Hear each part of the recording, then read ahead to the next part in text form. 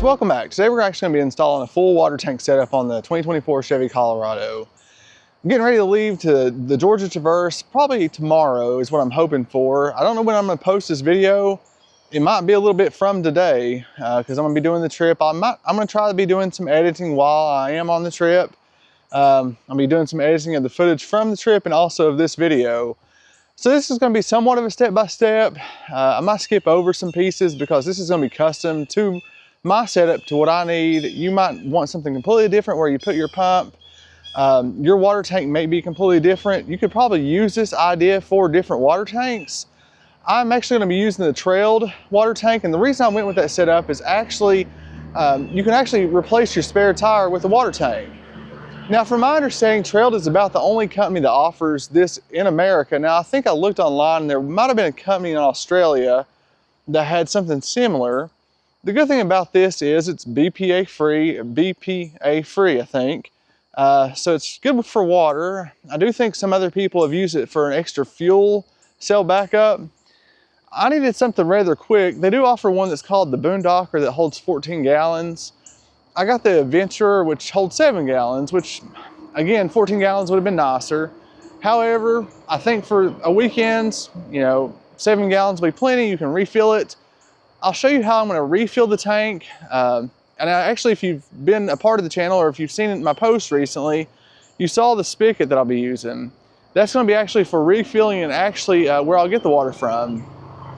I'm going to be using a pump that I'm going to actually hook to my switch panel. And again, we're going to walk through that. I'm going to show you how I'm going to run the wire. I'm going to show you how I'm actually going to run the water itself, the plumbing for that. But I think this is going to be pretty nice. I do have a portable hot water heater, so I'll be able to actually use a water hose to pour into the bucket and use the hot water heater with that. So 7 gallons, again, I think that's going to be okay. There might be some campgrounds that have I might have some access to a spigot to get some water if necessary. We'll just see along the way. If not, I know that with my portable hot water heater, it has a pump.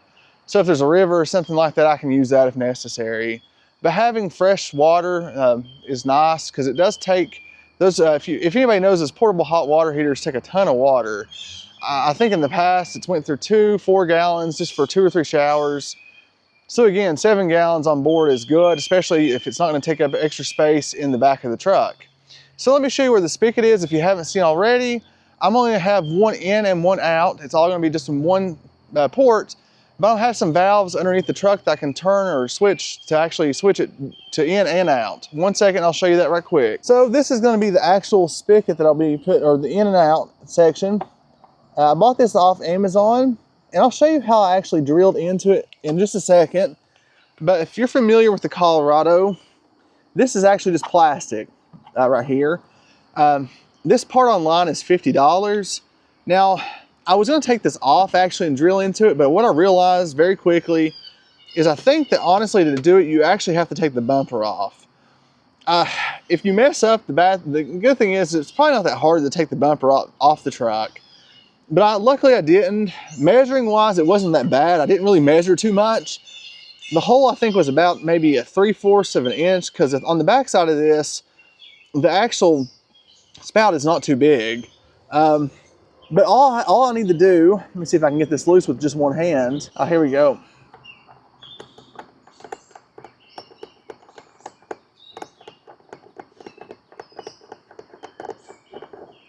Okay. So as you can see, the connection will just be a standard water hose connection. This did have a way to actually stop water from coming. I think it was actually coming back out. So I actually just went ahead, if you can see, I just pushed that on out. I didn't want that valve in there. I used just a flathead screwdriver, punctured that out.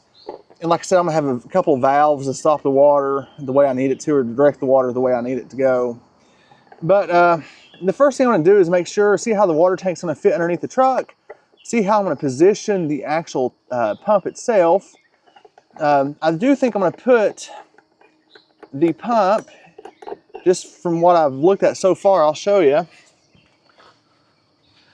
I think I will put the pump up here. In this section or right here, I mean, and just drill, there's 4 holes, drill 4 holes right here. and put the pump right here. There's enough clearance above it. And then run my water lines. Here is the spout from that. Start there and run it towards the pump back here. And the wiring will go up towards the engine compartment where my switch panel is. So let's go ahead and get this trailed adventurer out and go ahead and get this install started. Okay, here is the adventurer. As you can see, it's pretty thin. It does have 2 3/4 regular water hose connections. I'm gonna be running that to a 1/2 here on both sides. One side is gonna be the in and also the out. The other side, I actually did talk to Trailed and they said to make that a vent. I'm undetermined how I'm gonna run that vent right now, but I have a general idea. I think it's gonna be a good placement for it. It did come with a ring here, a sizing ring. I do think that that will be necessary for the Colorado since the actual tire carrier is a bit smaller on it. But it came with that, so I can use that to make sure it fits. So what I'm gonna do next is just kind of see how it looks underneath there. I think this is about a little smaller than the stock tire that came with it, because you know, again, the Colorado Trail Boss, or my Trail Boss, came with 33s. I want to say this is a bit smaller than a 33-inch tire. So we'll have some extra room, which is a good thing. So what I'm gonna do is I'm gonna go ahead and go underneath the truck, take the 4 bolts out and get the metal piece out, and we'll kind of go from there. Okay, so this is where we ended up with putting our pump at. I don't know if y'all know exactly what this is, but this is where your tire would go underneath here, of course. So it's actually 3 screws to take this down. They look like this. They're actually at 13 millimeters to get them down, or get it down. So the pump is actually going to facing up towards the bed. There is plenty of room to do this. So next what I'm going to do is I'm going to go ahead and get the wires. I got some, I think it's 14 gauge. I'm going to go ahead and get the 14 gauge wire hooked up to this, so it'll be ready to run to the front of the bed. Then I will actually remount this to the actual underside of the bed and get it wired up. And then the next thing will be, all we have to do is get it plumbed, get the water line ran. The inlet side's going to be a 1/2 inch. Basically, all of it will be a 1/2 inch water line, except for the outlet side. I think I'm going to try to run 3/8 back to the outlet side, so we'll have a little bit more pressure. I think that's what Trailed had done in some of their videos. Said there was a little bit more pressure. This is actually a Seaflo pump. Bought it on Amazon. I think it's 3 gallons per minute. Should be plenty for what I need. But the 3/8 line will give it just a little bit more pressure through the water hose. But for the Trail Boss, this is really honestly the best place I could find to mount it. The easiest place to drill through without doing any like permanent damage, because again, all the things I'm actually drilling into are things that you can replace. This part right here, I'm not sure on the cost, but it really shouldn't be that much. It's just a piece of, it looks like a piece of aluminum, maybe just some thin steel, honestly. So nothing really too major. It was really easy to drill through.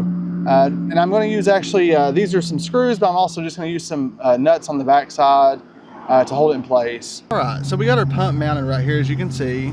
I do have the wire hooked up. I got the excess wire put right there. So what we're going to do is actually mount this back up underneath the truck, and then we will actually get our tank mounted up. I'm going to check these connections. Like I said, I put these in already. I put some Teflon tape on these, both of them. I'm going to make sure that they're tight. But then I'm actually going to put this back up underneath the truck after I get this mounted. Then we're going to run the water lines after we get this hooked up to the truck, to the switch panel. This did come with a filter. I want to advise you put this on the inlet side. That's what the instruction said. I would assume that just filters out any water. If you get any impurities in your water, it just filters it out before it goes into the pump. The pump does advise not to use this for any flammable liquids. So I'd imagine if you're going to use this tank for fuel, to not pump fuel with this this pump. But anyways, and Trailed also advises if you use this tank for fuel, do not use it for water later on, because it will absorb fuel or absorb whatever you put in it. Again, I'm just going to use this for water. I don't have any need right now for extra fuel storage. But again, let's go ahead and get this back in the truck. Let's get it mounted up. Let's get this wired up, and then let's get the rest of it mounted and going. I just want to show everybody that this worked before I actually did get it wired up. Here is the carrier. I got it actually screwed back in. As you can see, it's rather sturdy. Now that pump is kind of heavy, but not super heavy. There's the screws where I mounted the pump. I don't think it'll actually hit the trailed tank. We will see here shortly.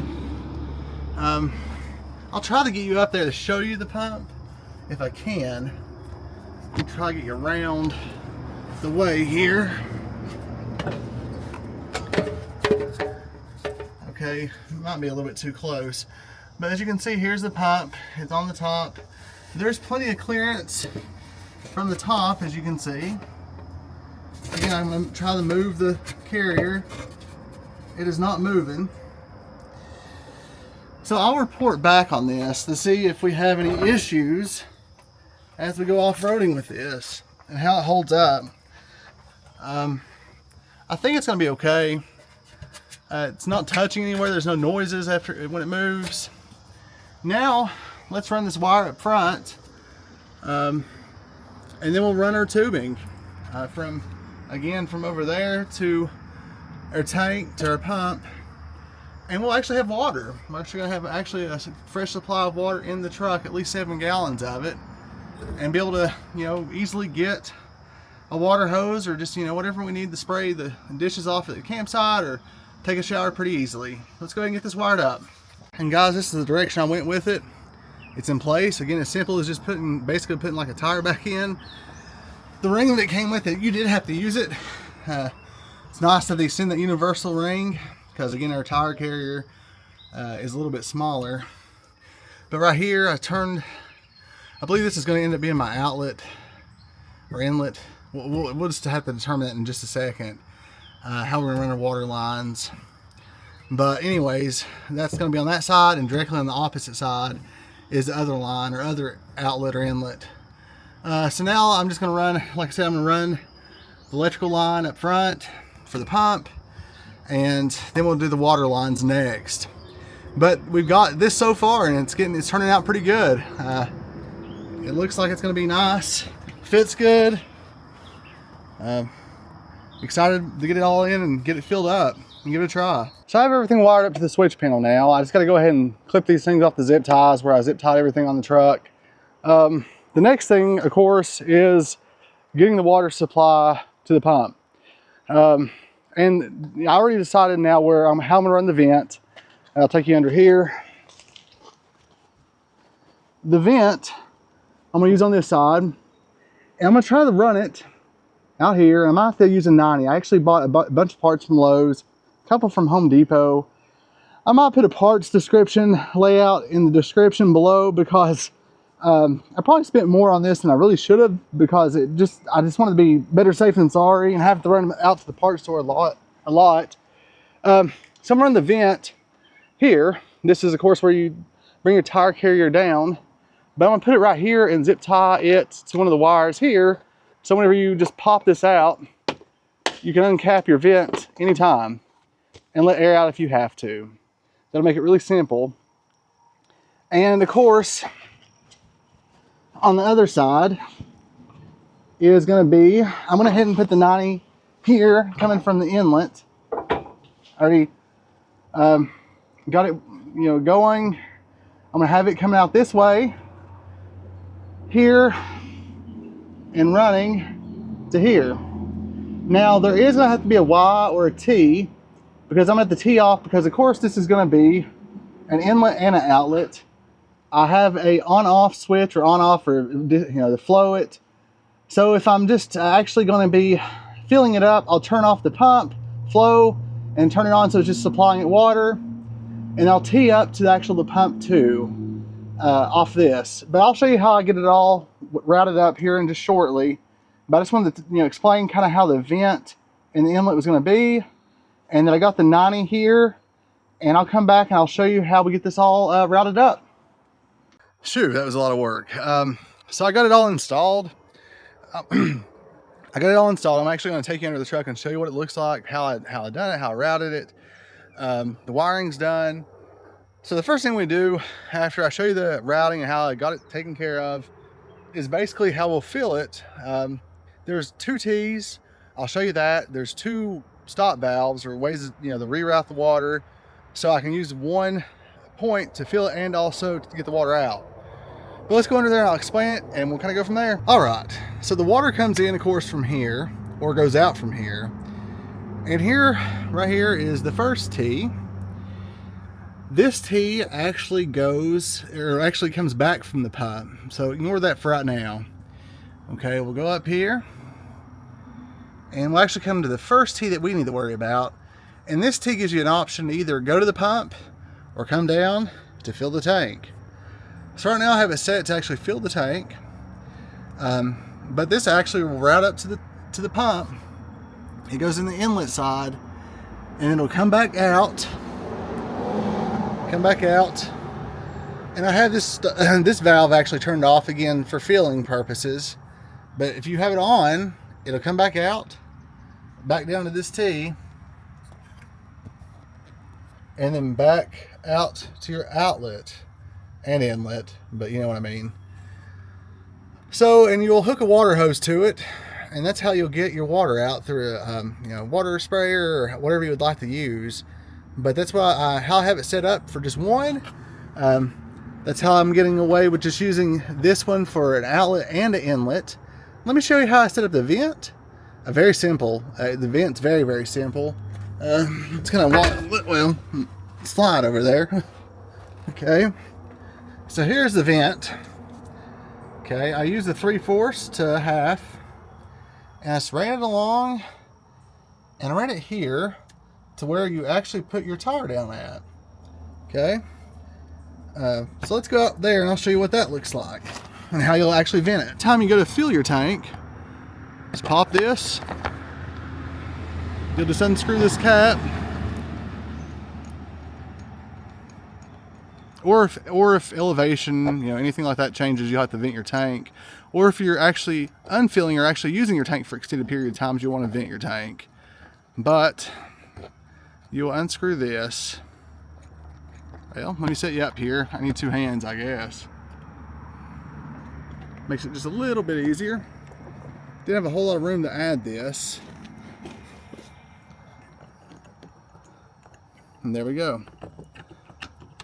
And then we can just take this out. And they're thinking vent. The good thing about this, the point of this though, honestly, is it'll actually tell you also if your tank's full. So that's a positive too. So once it starts spurting out of there, you'll know your tank's full. The last thing I really need to buy is actually an expandable water hose. I have a regular water hose at the house, but honestly that's just going to be too much to carry. It's going to add too much size to the truck for the overlanding. So I'm going to go buy an expandable water hose before I leave for my trip tomorrow. But for right now's purpose, I'm actually just going to hook the hose up, try to fill the tank, see how it feels, see if it feels fast enough. I'm going to leave this vent undone because we're going to use it. See how long it takes to fill. And then I'm actually going to try to use the pump, make sure the pump works. I haven't tested it because I didn't have water in it. Didn't want to use the pump without water in it. Then we're going to actually see if it sprays. See if everything kind of works out. See if it works out the way I want it to work out. And then we'll go from there. So let's go ahead and get this tank filled up. You're going to be along for the ride. I have not tested any of this yet myself, so I don't know. You'll be the first ones to see it. So let's go ahead and fill the tank up. This hose actually likes to kink on me, and I think it actually has a hole in it. So wish me luck. Apologize about all the mess. I had all these tools out. It's just been a long day getting all this in. I'm gonna hook this hose up. Hopefully it will work. That's all we're gonna do is just kind of go from there and see if it does do what I need it to do.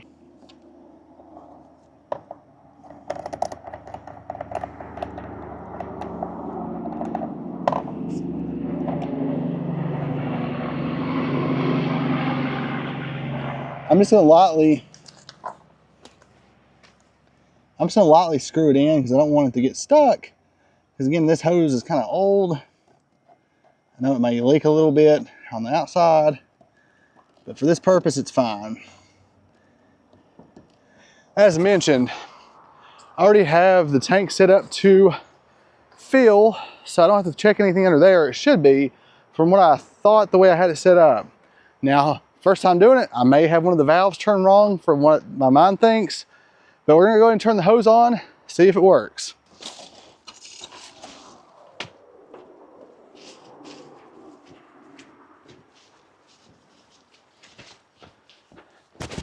And I can already see that I have some leaks or something.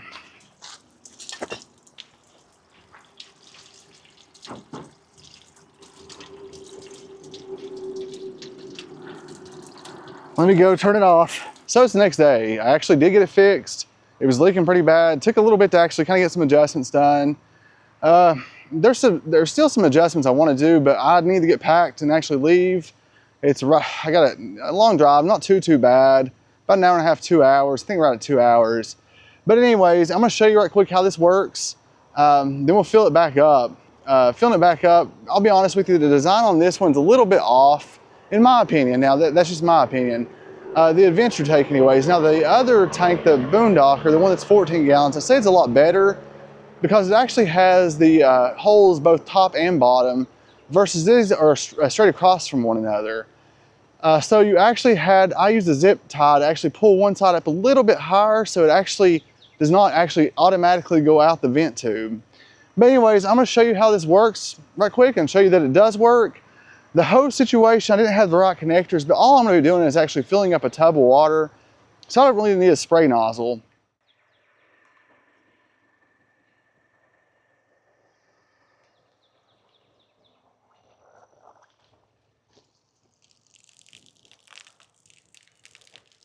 So as you can see, it actually does have a pretty decent spray amount. I mean, enough to actually spray a good amount anyways. There is some leakage right there, which I'm not content with. I do have to fix that because I'm sure that's losing quite a bit of water, but that's just part of it, I guess. It'll pour enough. Right now, like I said, to pour a bucket of water just to be able to take a shower. So I'm happy with that. Again, it's all about the switch panel. So I can turn it on and off with the switch panel. Pumps off, pumps back on. And guys, I'm gonna pull it back up and then I'm gonna actually head on out. Again, there's a slight leak. I guess I'll put my bucket there as I'm actually emptying it, or because again, I'm getting the water. Just trying to figure out where it's kind of leaking from. I think it's just leaking from this connection right here and it's coming down through the plastic. I don't know. It's probably honestly this connector. I don't know exactly why. I think the connector is not the best. I'm not necessarily that happy with that one, but I'll figure that out later. So what I'm gonna do is I'm gonna get ready to get on the road and head on to the Georgia Traverse. But honestly, it works. Again, 7 gallons isn't a whole lot. So I did actually buy some extra water, some bigger tanks, just in case, just for the shower, for the portable hot water heater. But that's the custom water setup right now. I'll probably end up getting a Boondocker just because it's gonna be a little bit better. I did actually have to move the vent to an area I'm not really content with. It's actually run up to the side of the bed. I don't want to get anything get wet, but I ran it up through here. I'm not really content with that because you have to basically get wet to get to it, but for right now it will work. But anyways, until next time, I'll see you back.